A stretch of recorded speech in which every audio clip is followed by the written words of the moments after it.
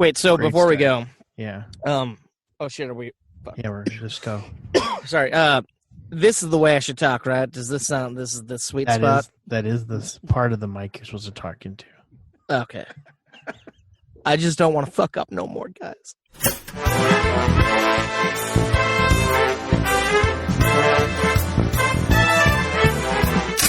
Hello, everybody, and welcome to the Movie Toast Podcast. My name's Corey. I forgot what that was for a second, and I'm here with my co-hosts. Tommy. Hi. Tommy's here too. I was waiting But for I you guess to I'm say Dennis. my name. Say my name. Dennis. Hey, toasters and co-hostage. Hello. And Hi. hello, Adam. You are also- Corey, I just want to check. Has quarantine given you a little bit of amnesia? Seems like you forgot your own name. You said. I feel like I forgot. I forgot how to introduce the podcast. Not my own name. Oh. We made it though. Yeah, we We're made still it. here, We're right, guys? It's a pretty good intro, Yeah. I think. So anyway, this is the news episode, our weekly news episode, where we pick four of We're the top back. stories. Pick four of the top stories in the world of movies, and we discuss those. And if you want to get other stories, other news stories, you can go fuck yourself. Damn. That's Damn. not all of the toasters saying that. That's Hey. one man alone. Just saying. Rough. And so We're here for the anyway, movie Love. Tommy, what are the four headlines we're talking about? All righty. I was waiting for you to ask me. So first one is called My Spy. More like Amazon Spy. The Dave Bautista action comedy set to be acquired by Amazon Studios for streaming. Ooh. Whoa. Do you Got a want to quick talk turnaround. about that? What's going on with that one? Yeah, let's talk about it. Should we? Yeah, let's do it, guys. Does someone want to fill everyone in on how much we've talked about this damn movie already? Oh, yes. If you go back to episodes 24, 32, 38, and 47, we don't even have that many episodes, but I'll take your word for it. we have actually talked about this so many times because they've pushed this movie back countless times. It was supposed to come out last year, then earlier this year, and then I want to say like this week. But no, Corona's taken down the Batista, and we're going to be seeing this movie on Amazon, but we don't know if we're going to be paying for it or if it's going to be considered an Amazon exclusive. Interesting. Yeah. Yeah. It'd be nice if they just tossed it on the Amazon Prime, because that would be a cool little bonus there. Remember when they told us that they were not releasing it because it was too much Batista between that and Stuber? Yeah, I think they said, oh, shit, we can't give too many shitty movies starring Drax in the same month. I will Fair say, enough. Dennis, didn't your girlfriend go to the premiere of this or something? Actually, that's funny because I was going to bring it up. So, my girlfriend, works with the creative team on the children's YouTube channel / brand, the Gem Sisters, and they primarily create kids content. There was at one point some pages might have crossed a desk of possible audition for the role of the main character, but clearly didn't go that way. The film is completed. There's trailers out of the cast as it is, but yeah, that was kind of it was cool to see that that early, and then watch the movie come down the pipeline and get made. Interesting to see how it comes out. Not expecting a whole lot, but Well, it looks like from the article here, My Spy's already played in Canada. You ready? Do you see this? In early March, just before the pandemic, making around $200,000. Well, no, that's not bad for right around the pandemic time. Though. And then, I mean, it's also made a ton of money. Bulk of it was from its release in Australia, but it made $4.4 million within Australia, Mexico, UK, Croatia, Germany, Netherlands, Hong Kong, and New Zealand. But the thing is, I feel like that probably made more money than Onward made in the box office, and that's a Disney Pixar movie. Mr. Bautista there is going to bring people Yeah. to the theaters. Right. Yeah, What do you I mean, Makes sense. Sorry. No, you go ahead. How do you guys feel about Dave as an actor? I say Dave because I'm so close with him. I've seen, You guys are buddies. a few movies of his. I feel like, honestly, he hasn't found his right sweet spot yet. He has Guardians, and then that got him other jobs, and I don't see it. He's no Dwayne. I feel like you get more out of him in oh my god, I'm drawing a total blank. The sci-fi movie he's in for a few minutes. Blade Runner? Yes, thank you, Blade Runner. There's a little bit other than just Drax, and there's more than Drax in there. That's for sure. I think this just a thought just popped in my head, so I'm gonna say it out loud, and we'll see where it goes. With Batista, Mr. Batista, because I don't know him as well as Adam does, which is zero.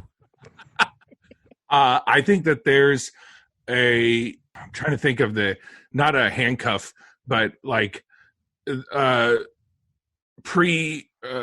can't, my brain's not working right now. Between him and The Rock, like I think people have this already idea of what The Rock does and what he can do, and then they see Batista and they're like, oh, he's a similar, coming from a similar background, and so they have expectation of Batista based on what they've seen in the Rock and what his films have been doing.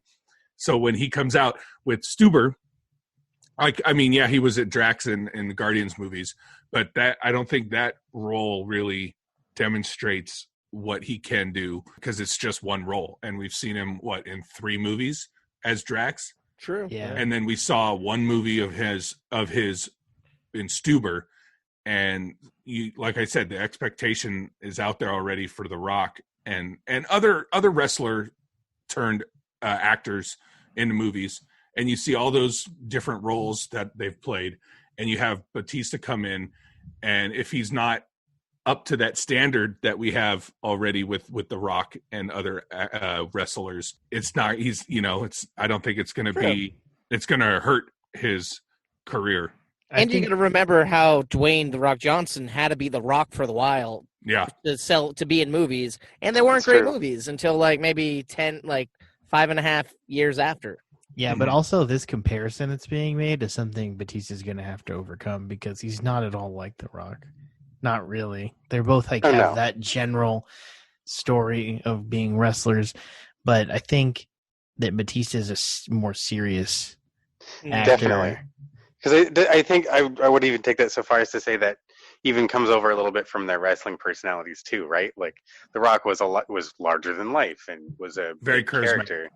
Yeah, Dave Batista is not that. It's a much more serious, menacing presence, and I feel like that's what he got initially, but it can translate into other things, which is why I brought up the Blade Runner example, is that still has that intimidating moment, but it can have a little more of a soft side to it, I guess. Mm-hmm. Well, then that leads me to think that Stuber might not have been the best movie for him to do at the time, because that's a comedy. Yeah, I can see that. It probably made sense on paper to everyone making the movie. Like, hey, this is something that should generate a lot of money. But, when you... That's because most people in Hollywood are followers, and they're stupid. And if you're him, you're not going to say, yeah, I'll turn down this it's fired Hollywood. Sorry, starring the big up-and-comer like Kamal. Right. But could I jump in before we leave the story? For a crossover. Better be fast, because we're going to leave soon. Crossover talk with my other podcast that we spoke of last time. We spoke of this one, Shrekcast. We said that Shrek wasn't relevant, but last week there was 2 shows, God. Bob's Burger and Brooklyn Nine-Nine, made reference to Mr. Shrek. That's all I'm saying, guys. Shrekcast coming soon to Google Play. How is that relevant to this story? Last time we talked about this movie, I mentioned, oh man, at the end of the trailer, they referenced the Shrek wedding dance scene. Oh boy, I love Shrek. All right. It sucks because I'm not editing anymore, so that's being cut out.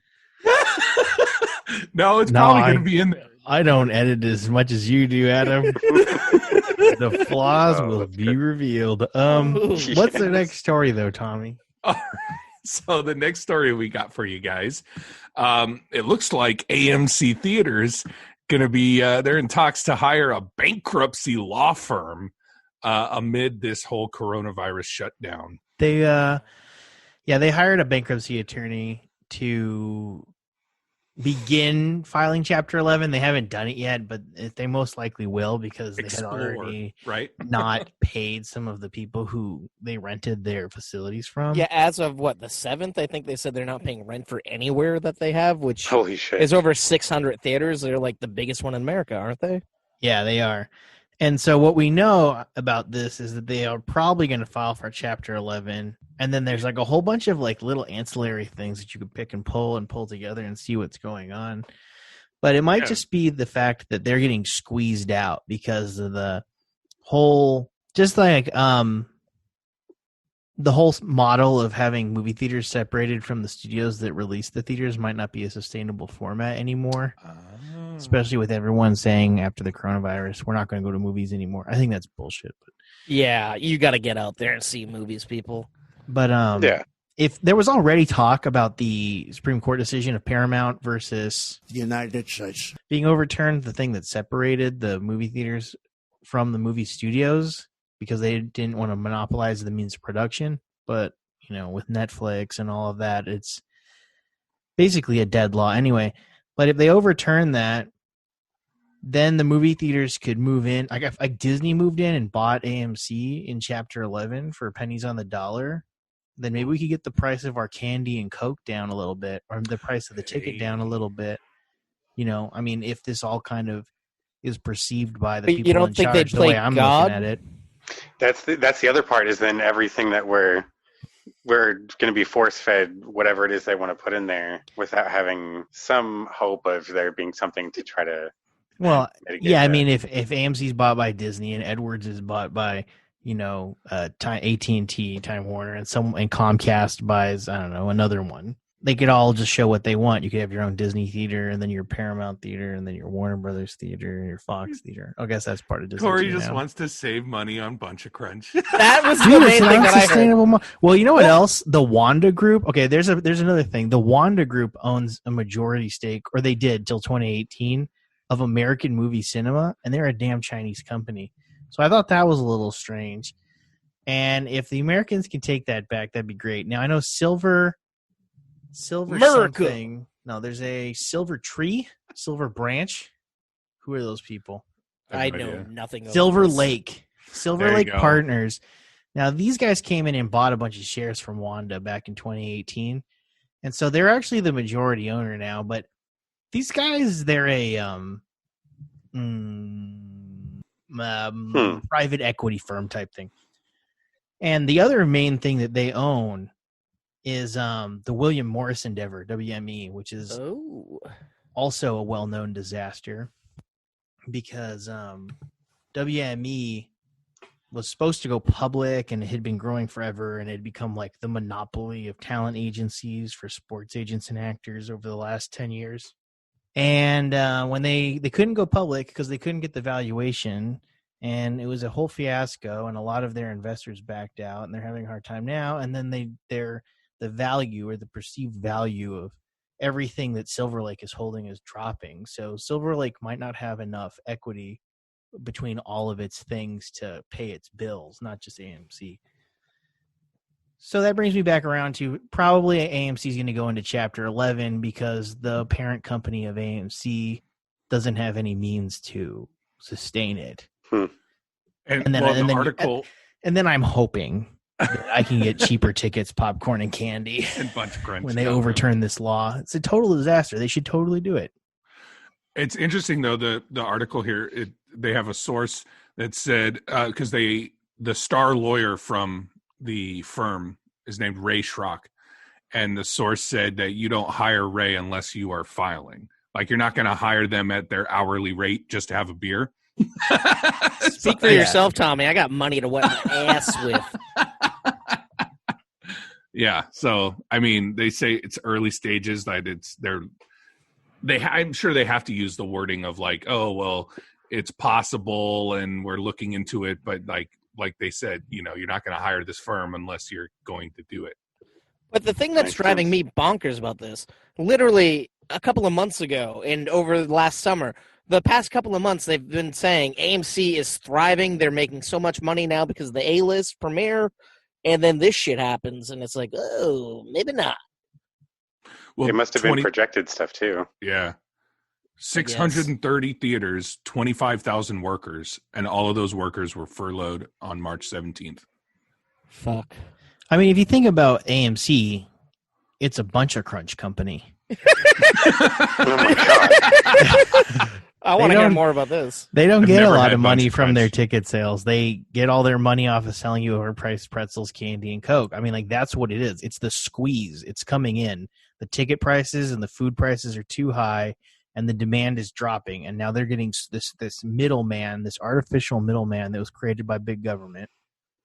That was too political, but created by an overreach of the government, is squeezing the third-party person out, trying to bring which is always what happens when there's a middleman. So you got to create a situation in which we can get back to a supply and demand chain directly between the consumer and the creator of the product. So You guys think Walmart get sells rid of the Bunch bunch of crunch dealers. What? You think Walmart sells Bunch of Oh, Crunch? they do. They do. What I do before I want go to try it. movies- I've never had Bunch of Crunch. Yeah, I you need can to buy try for it out. 99 cents. This guy's spending like $7 on it. I go to fucking Walmart, And he Target, bought two of all them. the stores. Remember that I have movie? a car. I have fucking. I do. I have a fucking car full of like bags of candy that I'm like ready to go to the movies for. I'm a fat fuck. You don't pay the overprice, do you? No, I do. I get drinks all the time. Like I was going to say when you were saying that they overcharge for everything, I'm like, I don't want them to lower the price because they've already sculpted my sexy 280-pound body. And if the prices go down, I'm going to be on my 600-pound life soon. Oh my goodness! Jesus. Wow. All right, you hear that? I still AMC, keep it. I don't keep want the prices. experience to go away. You know, like I get what you mean by their changing that format. I feel like might work for some things, but in other ways, I don't want to drive totally the other side of town, the other side of the valley, so I can see this other movie, only because it's owned by this other company, and that's the only reason why. Yeah, I feel like it's already tough enough me going to an art house theater because Yeah. they don't have certain movies. Now I got to go from fucking North Hollywood over to fucking Studio City just to well, let's say North Hollywood to like Calabasas to go see a Fox movie. Well, I I just don't mean- want that. I missed out on Art of Self-Defense when it came out because it wasn't showing in any movies around theaters near me. I mean, I live in LA. I already have to go from like the Valley to Santa Monica to Long Beach to see all of the tiny films that are playing around here. Because Wait, you go to LBC for movies? We never went together. sometimes they show things only in the AMC Orange 30 or only in true. the LBC like 6 or something. It's a strange, weird day when that happens, but most of the time I'm in Santa Monica or Mhm. the Valley. Over at the Limleys or or at to a see, Lumley. Burbank that- 6. What was that Strangler Yep. movie? The Greasy, Greasy Strangler, Strangler. over at Cinefamily. Anyway, but I mean, hopefully that doesn't happen. Hopefully they come to some sort of agreement. I'm sure Disney will be like, "Hey, we have the biggest schlong in town. Why don't we all do it this way?" And then everyone will just fall in line. So maybe Yeah. I see what you're saying, Dennis. I'm just hoping against hope they don't, do that. There's I pros don't and think cons for think each that's side. I don't think that's in their best interest even. I don't know. Forcing you into a world where your choices are Disney, Disney, or Disney are going to be We're already in that very world, though. financially beneficial to them. But it's not. But not everything necessarily is them. I'm not going to ever get my solid horror fix from them. No? Like I'm not Unless they bring back Touchstone. Well, yeah. But maybe I mean, there's going to be something underneath Fox that will finally start laying into that stuff. But I mean, the question that I'm wondering here, even if they were to have their own theater and they can only play their movies, do you think they'd say, hey, we got a little bit of space, let's bring in a movie that's hot right now, let's get that big DC movie, let's get Wonder Woman 84 here? yeah, I feel like then that's going to be the only other thing they'll have is just the next biggest thing that isn't under their umbrella, which is like, well, that's already everywhere else. And I don't know. Maybe it's nitpicky, but that's my big fear of that. And hopefully it's not just totally locked down like. Well, I guess we're only months that. away to find out what there's happens. the reality is they're probably going forward, as time passes and we get farther away from like the 70s, 80s, and 90s, the golden age of cinema. You're probably going to see fewer theaters in general. Yeah, You're probably going to have to start driving more anyway. But I already drive so fucking far to go to AMC.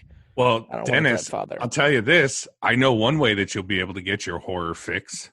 What's that? yeah. Tell me. If you tune into what Spyglass is going to be doing pretty soon, Oh, Woo-wee, good Transition. transition. right? Oh, and then That's we bring right. attention to it and ruin it. So Movie apparently, toasted. Spyglass, they have their Hellraiser reboot, and they found their writer-director team. Dennis, you want to take over Yes. on that? Absolutely. The team behind The Night House, which was getting rave reviews at Sundance, is tackling this version of Hellraiser. Ooh. So the David Goyer, one of the producers from the Night House film, is writing the story with Keith Levine.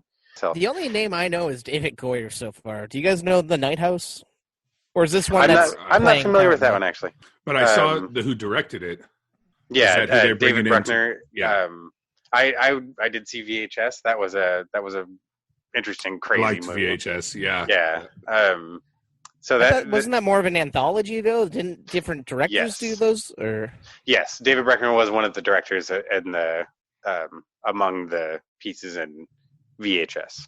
It doesn't this what I'm looking at here doesn't actually state which segments, but if they were if they're on board for an idea like that, then this is, I feel like, someone who's creative. So I am intrigued by what this. I never saw reimagining Hellraiser. is. I was gonna say I've never seen any of the Hellraisers. I know there's like a box and I know Pinhead, but I know nothing.